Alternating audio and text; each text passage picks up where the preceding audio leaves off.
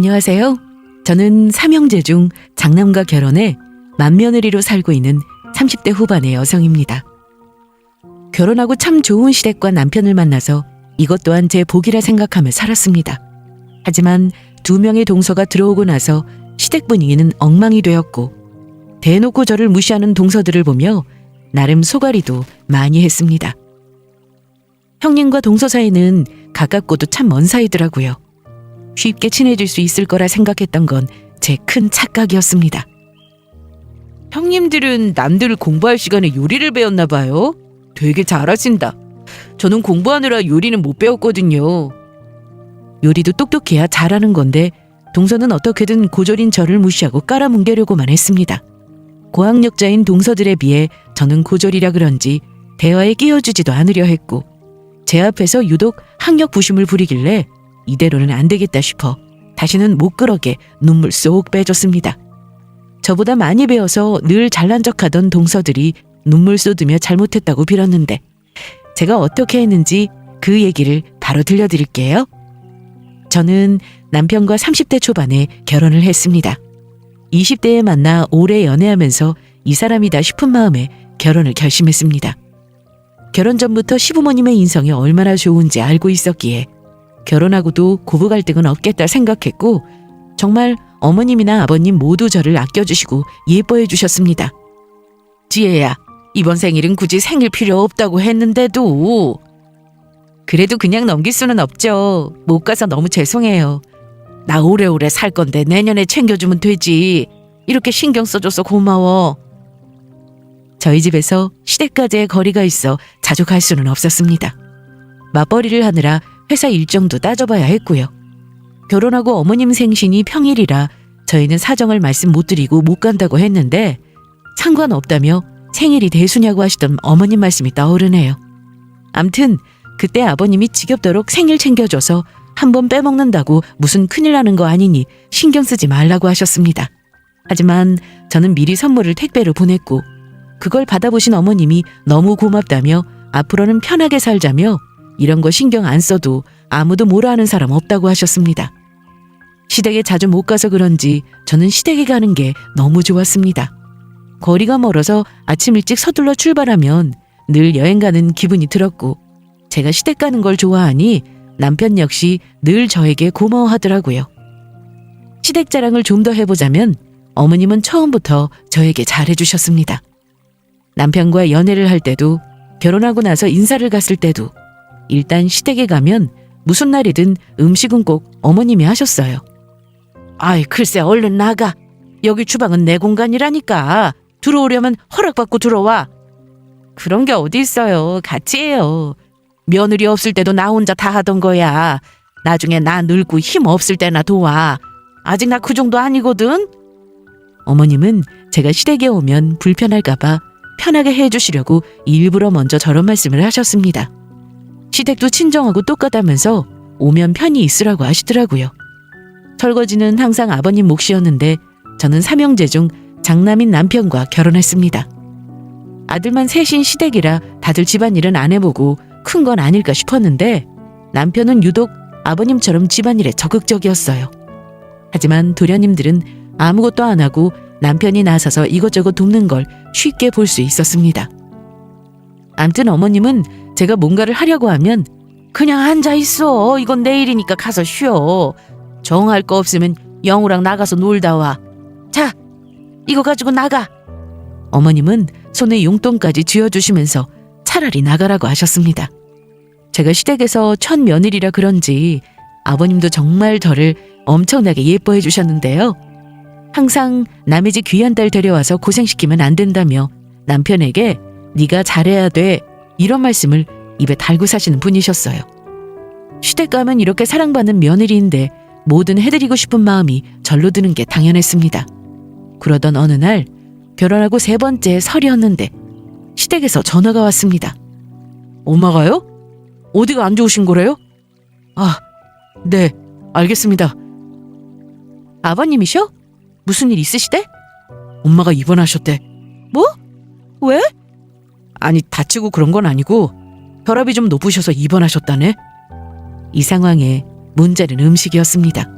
당연히 시댁에 가서 음식을 해야 했는데 어머님이 안 계시니 어떻게 해야 하나 싶었습니다. 그래서 일단 남편과 집에서 전을 부치고 냉동시켜서 시댁에 가지고 갔습니다.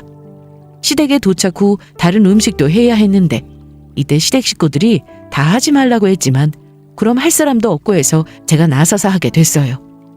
자기야, 이건 어떻게 손질해? 아, 그건 물에 담갔다가 껍질 벗기면 돼. 오, 쉽네. 알았어. 도련님은 심부름을 해주었고 그렇게 차례 음식을 하나둘씩 완성했습니다.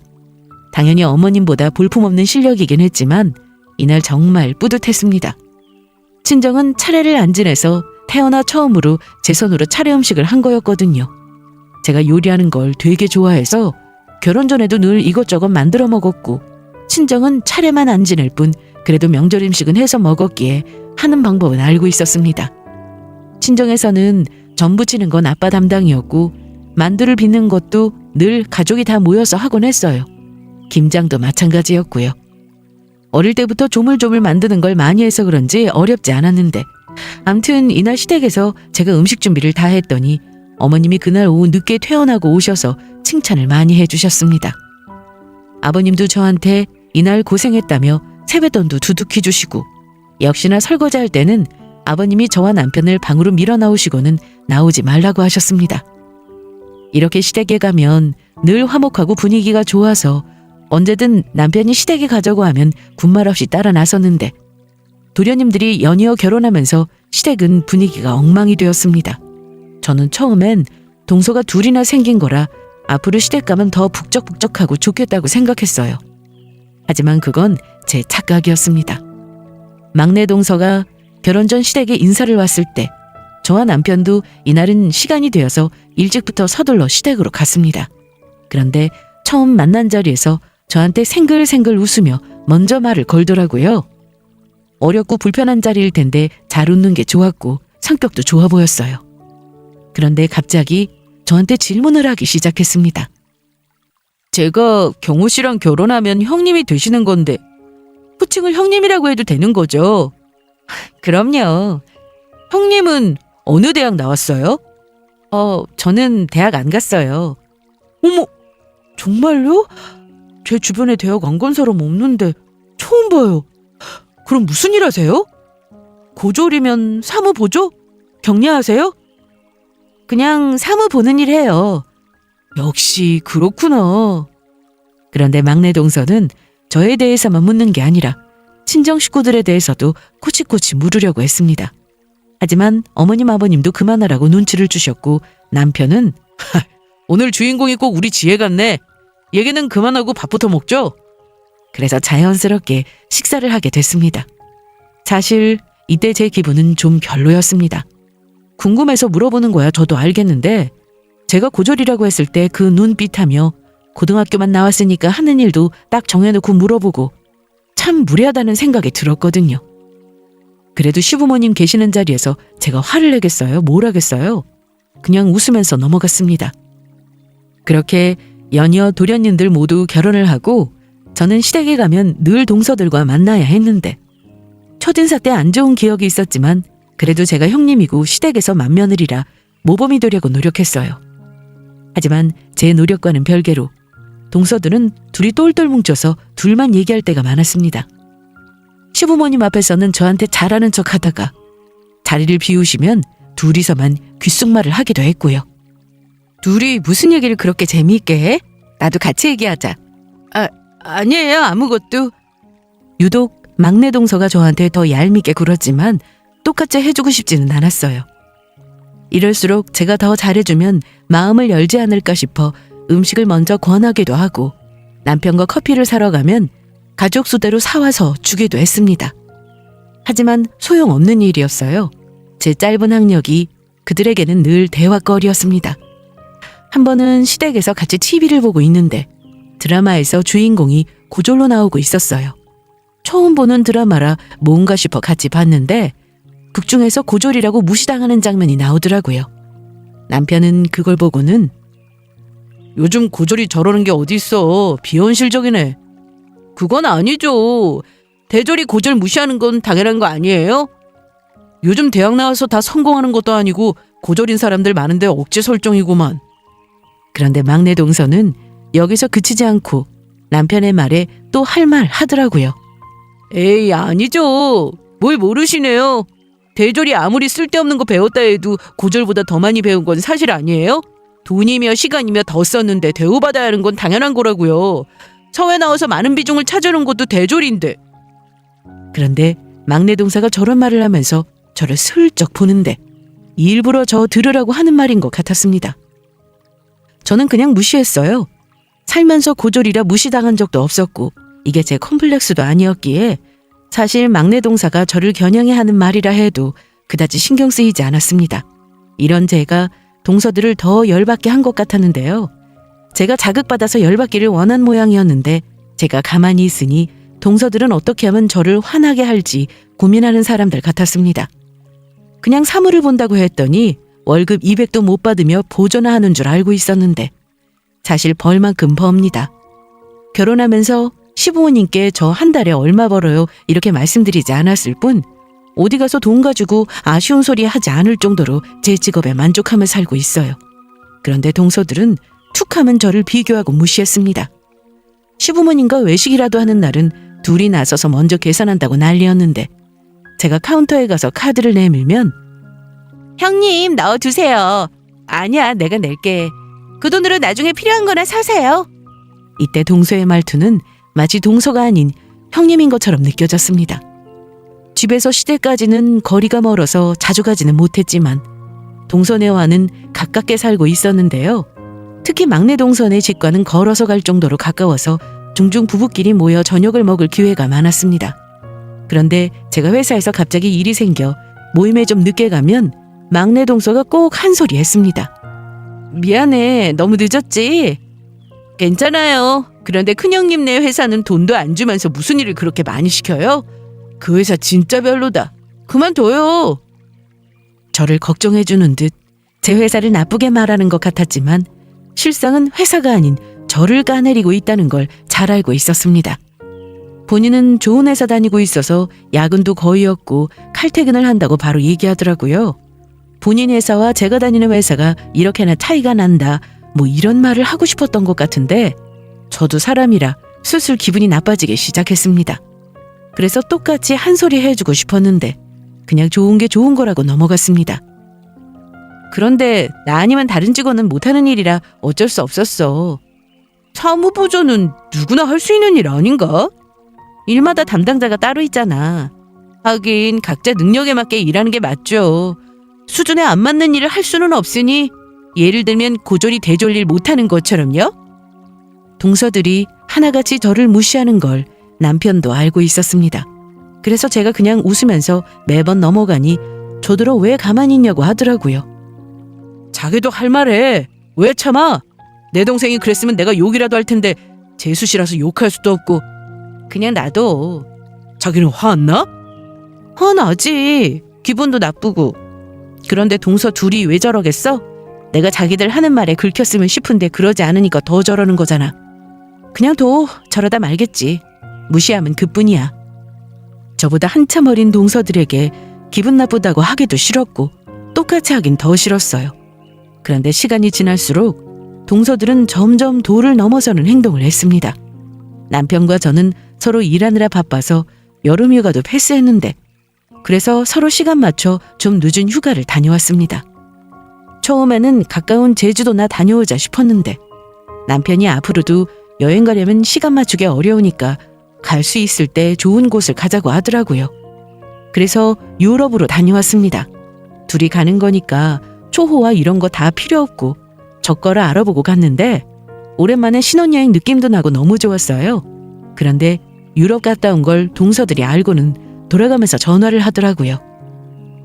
형님, 유럽 다녀오셨다면서요? 너무 좋더라. 저도 신행으로 유럽 갔다 나요. 돈 많이 들지 않았어요? 싸게 잘 다녀왔어. 그런데 유독 말을 얄밉게 하는 막내 동서도 저한테 전화를 했는데 이날도 역시나 제 속을 긁으려고 했습니다. 얘기 들었어요. 유럽 여행 다녀오셨다고. 저번에 여름휴가를 못 갔거든. 그런데 돈 잘 버시나 봐요. 뭘 많이 벌어. 아니야.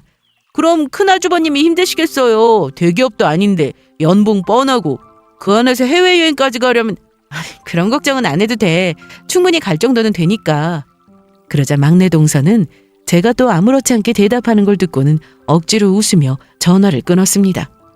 그리고 얼마 뒤 막내 동서가 유럽 여행을 간다고 항공권 예약했다는 소식을 듣게 되었습니다. 제가 남편과 여행을 다녀온 게 부러웠나 보더라고요. 바로 아래 동서도 똑같이 말을 못되게 하고 하는 행동이 얄밉지만 막내 동서는 더 심했습니다. 제가 뭘 하는지 매번 궁금해하고 사사건건 비교에 따라 하는 것도 많았고요. 남편은 제가 동서들 때문에 힘들어하면 나서서 한 소리 해줄 생각이었는데 제가 아무렇지 않아 하고 신경을 안 쓰니 지켜보고 있었습니다. 종종 삼형제가 만나 술이라도 한잔하는 날 한두 마디 하는 정도였죠. 그래도 남편이 첫째이고 나이도 좀 있어서 서방님 둘이 잘 따르는 편이었거든요. 동서들을 만나면 저는 즐겁게 대화하고 그렇게 지내고 싶은데 제 앞에서 늘 학력 자랑에 회사 자랑하느라 저는 대화에 낄 수가 없었습니다. 일부러 그런 걸 노리고 둘이 저를 불러냈다는 걸 알고 있었는데 그래도 저는 여전히 동서들과 잘 지내보고 싶은 마음이 있었어요. 어머님이 저에게 하신 말씀도 있었고요. 지혜야, 네가 둘이 휘어잡아. 네? 어머님도 알고 계셨습니다. 동서들의 인성을요. 그래서 저한테 저렇게 말씀하신 거였어요. 딱 보니까 둘 다 어리고 철도 없는데 너한테 함부로 하는 거 나 더는 못 보겠다. 네가 못하면 내가 하고. 어머님이 나서면 괜히 저만 편애한다고 하면서 동서들이 더 난리를 칠 것 같았어요. 어머님도 그 부분이 염려되어 저더러 기강을 잡으라고 하신 거였는데 그래서 저는 늘 기회를 보고 있었습니다. 뭐든 억지로 하면 탈이 나기 마련이라 이왕이면 친해지는 쪽을 택했던 거였어요. 동서들처럼 유치하게 말로 상대를 기분 나쁘게 하면서 강압적으로 말 들으라고 하고 싶지는 않았으니까요. 어머님은 저를 믿는다면서 제가 화를 내던 잘 구워 삼든 제 선택에 따르겠다 하셨습니다. 그러면서 언제나 제 편이라는 말씀도 해주셨고요. 그런데 제 생각과 달리 동서들은 어디로 튈지 모르는 어린애들처럼 굴었습니다. 어머님 생신을 앞두고 막내 동서가 며느리 셋이 만나자는 연락을 해왔습니다. 그래서 약속 시간에 맞춰 나갔는데 동서들은 먼저 도착해 있었습니다. 나도 일찍 나왔는데 둘은 언제 온 거야? 저희는 점심 같이 먹었거든요. 아, 그랬구나. 원래 저 빼고 둘이 자주 만난다는 건 잘 알고 있었기에 섭섭한 건 없었습니다. 그런데 막내 동서가 갑자기 이런 말을 하더라고요. 곧 어머님 생신인데 선물이나 용돈은 당연하고 저희끼리 음식을 해오면 어떨까 해서요. 음식? 네, 저희 먼저 만나서 얘기했는데 어떠세요? 각자 집에서 하나씩 음식을 해오자고 하더라고요. 저야 어려운 게 없었지만 동서들은 요리할 줄도 모르면서 음식을 해오자고 하니 좀 의심쩍었습니다. 하지만 제가 하자고 한 것도 아니고 둘이 먼저 얘기를 꺼낸 거니 본인들도 할 생각이 있어 그런 거겠지 싶어서 흔쾌히 알겠다고 했습니다. 그리고 남은 시간 즐겁게 있다가 집에 왔는데 남편도 저하고 똑같은 생각을 하고 있었습니다. 그 말을 믿어? 내가 하자고 했나? 동서들이 먼저 한다고 했으니까 하겠지. 여태까지 음식하는 거 본 적이 없는데 그리고 경민이나 경우한테 들어봐도 집에서 밥도 잘 안 한다고 하는데 모르지. 이번엔 실력 발휘할지 그리고 정 자신 없으면 본인들도 내뱉은 말이 있는데 사서라도 가지고 오지 않을까? 일단 저는 동서들을 믿었습니다. 중간중간 연락하며 각자 무슨 음식을 할지도 정했고 막내 동서는 저한테 무슨 자료가 들어가는지 직접 물어보기도 했어요. 그래서 정말 요리를 하는구나 생각했죠. 원래 어머님 생신은 평일이라 저희는 그 전 주말에 모이기로 했는데 저는 준비한 음식을 챙겨 시댁으로 향했습니다. 어머님! 이번 생일 그냥 조용히 넘기자니까. 1년에 한 번인데 그럴 수 없죠. 그런데 동서들은 아직이에요? 원래 늦잖아. 뭘 이렇게 바리바리 싸웠어? 어머님 아버님 좋아하시는 걸로 조금씩 만들어봤어요. 역시나 어머님과 아버님은 저를 기분 좋게 반겨주셨고 아직 시간이 남아서 남편과 저는 시내 한 바퀴 돌면서 구경도 했습니다. 그런데 저녁 8시가 넘었는데도 안 오길래 전화를 해보니 곧 도착한다고 하더라고요. 다른 날도 아니고 어머님 생신 때문에 모이는 거면 좀 서두를 수 있잖아요. 정말 답답했습니다. 됐어. 늦으면 못 먹는 거지 뭐. 우리끼리 얼른 먹자. 그래서 아버님도 시장하시다고 하고 제가 만든 음식과 어머님의 해놓은 반찬으로 상을 차렸습니다. 그렇게 식사를 시작했는데 9시가 되자 현관문이 열리고 동서들 목소리가 들리더라고요. 늦게 왔으면서 어머님한테 갖은 아양을 떠는데 한마디로 좀 재수없었습니다. 그런데 이런 게 하루 이틀도 아니고 역시나 싶어서 저도 일어나 인사를 했는데 양손에 뭔가 가득히 들고 왔더라고요. 어머님, 여기 선물이요. 아니 선물은 됐다니까. 그래도 어떻게 빈손으로 와요? 저도 준비했어요. 동서들이 준비한 건 명품 지갑과 두둑한 돈 봉투였습니다. 양손에 들고 온 건 어머님 선물이었고 그 어디에도 음식은 안 보였어요. 그래서 바로 물어봤습니다. 음식은 어디 있어? 아, 저 그게 하려고 했는데 도저히 시간이 없어서요. 저도요. 일하느라 바빠서 회사에서 제가 하는 일이 진짜 많거든요. 사실 큰 기대 안 했습니다. 당연히 안 해올 거라 생각해서 저는 동서들이 해오겠다고 했던 음식까지 모두 만들어 왔습니다. 어머님도 저희 셋이 음식을 해오는 걸로 알고 있었는데 이날 어머님은 동서들을 보고는 한 말씀 하셨어요. 첫째가 힘들게 여기 음식 다 해왔어. 원래 같이 하기로 한 거라며? 네, 그런데 도저히 시간이... 그럼 미리 말을 했어야지. 그런데 이 상황에 동서들은 여전히 제 입장을 곤란하게 만들려고 했습니다. 형님은 안 바쁘셨어요? 하나도 아니고 이걸 언제 다 만드셨대요? 그러게요. 하긴 사무 보조니까 회사에서 일이 많은 것도 아니고 음식할 시간은 많겠다. 에이, 나도 회사에서 일 많고 야근도 많이 했어. 그래도 이거 만드는 게 오래 걸리는 것도 아니고 우리 남편이랑 같이 해서 뚝딱 만들었어. 아, 그러세요? 그런데 형님은 선물이 음식인 거예요? 그럴 리가. 나 이미 선물 드렸어. 선물 뭐 사셨는데요? 그때 시모가 방에서 가방 하나를 들고 나오셨습니다. 이거 어떠니? 첫째가 사줬어. 시모가 들고 나온 가방을 보고는 동서들은 아무 말 못했는데 결혼하고 매번 제대로 된 선물도 못 해드려서 큰맘 먹고 남편과 준비한 선물이었어요. 이날 동서들은 저는 음식만 해오고 본인들은 비싼 명품 선물을 해서 비교되게 만들 생각이었던 것 같았는데 어림없는 일이었죠.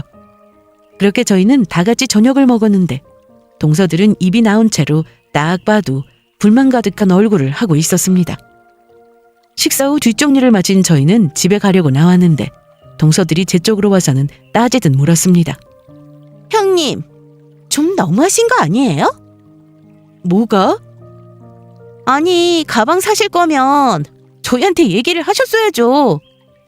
그럼 저희도 비슷한 수준으로 선물을 준비했을 텐데 어쩜 형님만 좋은 선물 사올 수 있어요?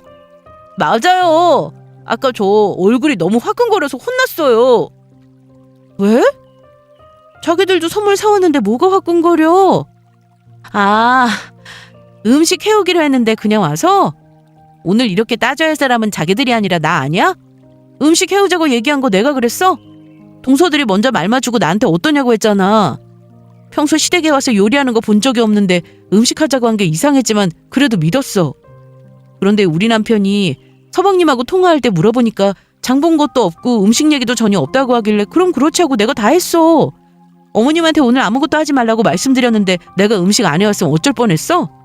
선물 가지고 나한테 따질 게 아니라 오늘 약속 못 지켜서 미안하다고 사과하는 게 먼저 아니야? 하지만 동서들은 여전히 저를 무시했습니다. 계속 시간 핑계를 대며 저는 시간이 남아 돌아서 가능한 거고 본인들은 하는 일이 아주 많고 중요한 일이라 음식할 시간이 없다고 했죠. 그럼 애초에 그런 약속을 하면 안 되는 건데 누가 봐도 일부러 저를 골탕 먹이려고 둘이 짠 거였습니다. 동서들은 그날 이후로 원래도 그랬지만 둘이서만 만났습니다. 남편이 서방님과 종종 통화를 했기에 소식을 전해 들었는데 동서들은 서로 나이도 비슷해서인지 퇴근하고도 만나고 주말에도 만난다고 하더라고요. 그런데 동서들은 세상 좁은 줄도 모르고 저에게 아주 큰 실수를 했습니다. 아는 지인이 오랜만에 전화를 했는데 SNS에 제 사진이 올라왔다고 하더라고요. 은영아, 잘 지냈어? 언니, 시간 좀 내달라니까 왜 이렇게 바빠요? 미안해. 정말 조만간 보자. 알았어요. 그런데 언니, 혹시 이민지라고 알아요? 이민지? 글쎄, 우리 동서 이름이 이민지인데? 네가 우리 동서를 어떻게 알아? 알고 보니 제 지인과 동서가 서로 아는 사이였습니다. 친한 건 아닌데 서로 SNS 팔로워라고 하더라고요. 그러면서 사진 한 장을 보내줬는데 동서의 SNS를 캡처한 사진이었습니다. 동서가 자기 SNS에 제가 만든 음식 사진을 올리고 마지막 사진은 제 얼굴이 나온 사진까지 올렸더라고요. 심지어 그 내용에 형님 운운하며 할 줄 아는 게 요리랑 살림뿐이고 고졸 비하까지 써놔서 제 지인이 바로 저에게 알려준 거였습니다. 이건 그냥 불평 수준이 아니라 비하하고 조롱하는 내용이라 저 역시 너무 기가 막혔습니다. 링크 좀 보내줄 수 있을까? 내가 직접 보려고. 아마 안 보일 거예요. 비공개 계정이라 팔로워들만 보이거든요. 아무리 그래도 사실이 아닌 내용과 제 사진까지 떡하니 올려서 저를 비하하는 내용을 올렸다는 게 너무 놀랐습니다. 저보다 많이 배우고 아는 것도 많은 사람이 저를 깔고 뭉개고 우월감이라도 느끼려고 그러나 싶을 정도였으니까요. 당장이라도 동선의 집에 가서 따질까 생각했는데 곧 있을 추석이 기회다 생각했습니다. 가족들도 다 모이는 자리니까 이왕 혼내주는 거 망신을 당해봐야 정신 차리겠다 싶었거든요. 그리고 드디어 추석이 코앞으로 다가왔고 이번 추석은 연휴가 길어서 저와 남편은 일찍 시댁에 내려갔습니다. 그동안 시댁에서 음식도 많이 해봐서 이제는 능숙하게 주방으로 가서 재료 손질 해놓고 어머님과 여유를 부리고 있었습니다. 물론 이날도 어머님은 저 없이 혼자 음식해도 충분하다고 하셨지만 제 성격상 가만히 앉아있는 것도 싫었고 명절에는 다 같이 모여서 음식하는 재미가 있는 거잖아요. 친정에서 늘 그런 명절을 보내서인지 시댁에서도 같이 하자고 했더니 어머님 편한 대로 하라고 하셨습니다. 그런데 일찍 온다던 동서들이 안 오더라고요. 항상 명절에는 늦게 오던 사람들이라 이날도 늦는구나 생각하고 있었는데 이날은 늦어도 너무 늦길래 저와 어머님이 먼저 시작했습니다. 당연히 아버님도 밤을 까주셨고 남편도 심부름을 해주었어요. 동서들 들어오기 전에도 늘 이렇게 명절을 보내서 크게 어렵고 불편한 건 없었는데 한창 음식을 하고 있던 그때 현관문이 열리고 동서들 목소리가 들렸습니다. 좀 일찍 오지. 차 막혔어? 형, 좀 막히더라. 죄송해요. 차가 막혀도 너무 막히는 거 있죠. 어머님, 저 왔어요. 막내 며느리요. 어머, 벌써 음식 시작한 거예요? 그래, 먼 길 오느라 고생했다. 저는 오자마자 일을 시키는 건 좀 그래서 일단 쉬고 있으라고 했는데 서방님들은 방에서 자고 동서들은 소파에서 TV를 보고 있더라고요. 쉴 만큼 쉰 것 같아 동서들에게 같이 음식 좀 하자고 했는데 저한테 한다는 말이 형님, 이왕 형님이 시작하셨으니까 끝까지 하세요. 저 너무 피곤해서요. 저도요. 큰형님이 음식 잘하시잖아요. 맞아요, 형님. 저흰 공부하느라 음식을 못 배웠어요. 저희한테 시켜도 잘 못해요. 그리고 동서 둘이 저를 힐끗 보고는 서로 마주보고 이런 건 고졸이 해야지, 안 그래? 맞아요, 형님. 아주 동서 둘이 죽이 잘 맞더라고요. 저번에 어머님 생신 때 동서들이 약속을 안 지켜 제가 한 소리 했다고 일부러 더 저러는 것 같았습니다. 이날 작정하고 동서들에게 따져 물을 생각이었는데 늦게 온 것도 모자라 저한테 또 학력을 가지고 음식할 사람은 따로 있는 것처럼 하니 기가 막혔습니다. 이번에도 두 사람은 제가 그냥 웃으며 넘어갈 줄 알았는지 저런 막말을 한 거였는데 더는 안 되겠다 싶었습니다. 그래서 저는 그동안 자잘하게 저를 괴롭혔던 동서들에게 홍구멍을 내주었습니다. 그리고 정확히 10분 뒤 두 동서는 제 앞에서 무릎까지 꿇고 잘못했다고 용서를 빌었습니다. 둘이 배울 만큼 배웠으면서 음식을 못하다니. 공부할 시간도 부족한데 언제 요리를 해요? 이상하네. 요리는 원래 똑똑해야 잘하는 건데 이거 아무나 하는 줄 알았어? 시댁 와서 매번 공부하느라 음식할 줄 모른다고 당당하게 말하는데 그거 자랑 아니야. 얼른 앞치마부터 입어. 요리 못하겠으면 옆에서 돕기라도 해. 못한다고 했잖아요. 형님은 대학 안 가서 모르나 본데 저희가 공부 얼마나 많이 한 줄이나 아세요? 아, 그래? 그럼 어쩔 수 없네. 여보, 나 그 투자금 뺄래. 기분 나빠서 안 되겠어. 투자자를 이런 식으로 무시해도 되는 거야? 그럴래? 알았어. 남편은 제 말에 방으로 들어가서 자고 있던 서방님들을 깨워 데리고 나왔습니다. 그리고 분위기가 이상함을 알고는 무슨 일이냐고 물었는데 어떤 상황인지 전해 듣고는 동서들한테 빨리 잘못했다고 비일라며 난리도 아니었습니다. 왜 내가 잘못했다고 해야 하는데? 맞아. 우리가 잘못한 게 뭔데? 우리 회사 투자금 형수님이 투자한 거야. 제일 많이 투자한 사람이 바로 형수님이라고. 그 돈 빼면 우리 회사 큰일 나. 이게 대체 무슨 상황이냐 하면 삼형제는 다 비슷한 수준으로 공부를 잘했습니다. 서로 우애도 좋다고 했고요. 그래서 어릴 때부터 크면 셋이 회사를 차리자는 말을 많이 했다고 합니다. 하지만 남편은 둘이 알아서 하라고 하고는 대학 나와서 직장인이 되었고 서방님 둘이 회사를 차리게 된 거였습니다. 처음에는 당연히 회사 규모가 작고 어디 가서 이름을 말해도 모르는 사람들이 많을 정도였어요. 그러다 제가 남편과 결혼 약속을 하고 회사 비전이 좋아 보여서 투자를 하고 싶다고 한 거였습니다. 서방님들은 제가 투자한다고 하면 괜히 부담이 될 수 있어서 남편이 투자하는 걸로 해서 여태 그렇게 알고 있었는데 실제 그 돈의 주인은 저였어요. 저는 어릴 때 캐나다에 가서 7년간 살았습니다. 그 당시 친정이 좀 살았거든요. 하지만 이후 친정 형편이 안 좋아지면서 중학교 때 다시 한국에 들어왔습니다. 7년이라는 시간이 짧을 수 있지만 그래도 영어 하나는 제대로 배워왔고 대학을 가는 대신 외항사 지상직 채용 공고를 보고 지원하게 되었어요. 그래서 약 4년간 해외로 나가서 지상직으로 근무를 했습니다. 제가 고졸이었지만 영어 회화도 능숙했고 토익 점수도 만점에 가까워 뽑힌 것 같았어요. 암튼 운도 따라줘서 가능한 일이었지만 확실히 대졸자를 선호하는 국내보다 외국에서 일할 기회가 많은 건 사실이었습니다. 그러다 국내로 들어와 외국의 기업에서 그간 일한 경력을 인정받아 사무직으로 입사를 하게 되었습니다.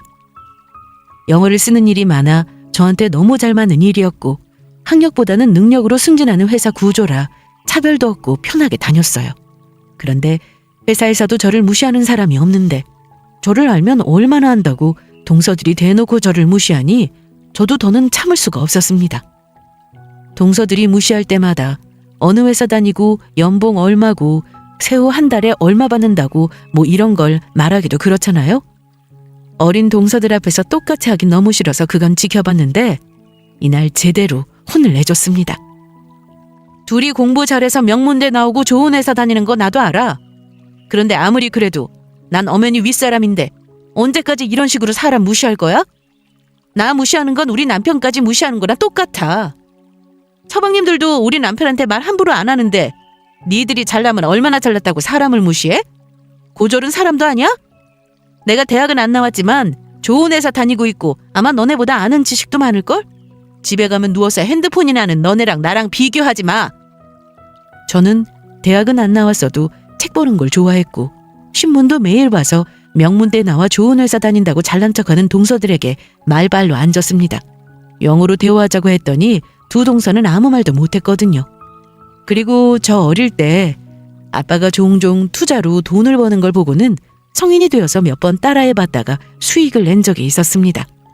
남편도 이걸 알고 저를 지지해 주었는데 동업하는 서방님네 회사가 어떤지 잘 알아보고 괜찮은 것 같아 투자금을 넣어둔 상태였어요. 그런데 동서들이 치사하게 나오니 이번엔 저도 똑같이 했습니다. 그래야 말을 들을 것 같더라고요. 동서들은 이 상황에 시모가 저를 혼내길 바랐는데 둘 다 동시에 시모를 쳐다봤지만 어머님은 아버님 손을 잡고 조용히 밖으로 나가셨습니다. 아무리 형님이어도 고졸이라 자기 밑으로 보던 두 사람은 시모까지 없으니 더 열받아 했는데 서방님들 성화에 결국 제 앞에서 무릎을 꿇었습니다. 무릎 꿇어도 소용없어. 나 여태 살면서 대학 안 갔다고 무시받은 적 없어. 동서랑 막내 동서가 유일해. 그리고 많이 배웠다면서 어쩜 그렇게 유치한 행동을 해? 그러자 두 사람은 무릎을 꿇었는데 입으로는 잘못했다, 죄송하다 이런 말은 하지 않았습니다. 사과 안 받고 싶어. 그거 진심 아니잖아. 억지로 무릎 꿇은 거 내가 몰라? 당장 투자금 뺏어주세요. 형수님, 제가 대신 사과할게요. 그럼 안 되겠어요? 네, 안 되겠네요. 그건 저도 많이 참았어요. 더는 못 참아요. 이날 서방님들은 동서들을 향해 똑같이 말했습니다. 저한테 빨리 사과하라고 말이죠.